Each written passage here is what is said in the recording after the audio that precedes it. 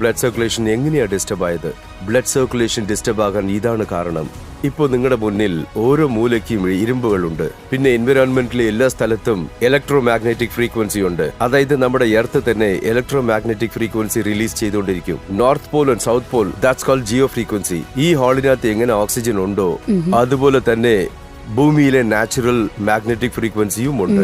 എന്നാൽ ഇന്ന് നമ്മുടെ ചുറ്റിയും ഇരുമ്പ് ഉള്ളത് കൊണ്ട് ഈ ഫ്ലോറിങ്ങിനെ പോലെ ഇത് മുഴുവനും ഇരുമ്പ് കൊണ്ട് ഉണ്ടാക്കിയതാണ്. ഇത് ലക്ഷക്കണക്കിന് ടൺ ഇരുമ്പ് കൊണ്ട് ഉണ്ടാക്കിയതാണ്. ഈ റൂഫ് ഇരുമ്പ് കൊണ്ട് ഉണ്ടാക്കിയതാണ്. പിന്നെ നമ്മുടെ ചുറ്റും ഇരുമ്പാണ് നിറഞ്ഞിരിക്കുന്നത്. കാറുകള്, ബൈക്കുകള്, എല്ലാ സാധനങ്ങളും ഇരുമ്പ് കൊണ്ട് ഉണ്ടാക്കിയതാണ്. ഇത് കാരണം പോളറൈസേഷൻ ഉണ്ടാകും. പിന്നെ ഏത് നാച്ചുറൽ മാഗ്നറ്റിക് പവർ നമുക്ക് കിട്ടണമോ അത് കിട്ടാത്തത് കാരണം നമ്മുടെ ബ്ലഡ് സർക്കുലേഷൻ ഡിസ്റ്റർബ് ആകും. പിന്നെ അത് കാരണം നമ്മുടെ ശരീരത്തുള്ള ഓക്സിജൻ കുറയാൻ തുടങ്ങും.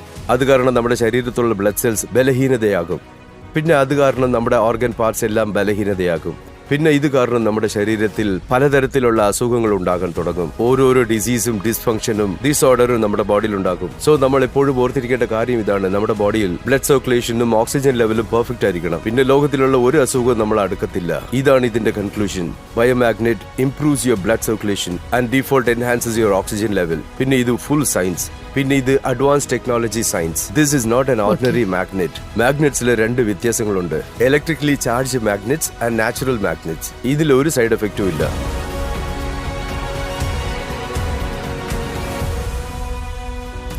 സർ, താങ്കളുടെ ഈ ബൈറ്റോറിയം മാഗ്നറ്റ്സ് ഉണ്ടല്ലോ, അത് ഏത് തരത്തിലുള്ള മാഗ്നറ്റ്സ് ആണ് ഉപയോഗിക്കുന്നത്? അതെങ്ങനെയാണ് പ്രവർത്തിക്കുന്നത്? 16 വർഷങ്ങളായി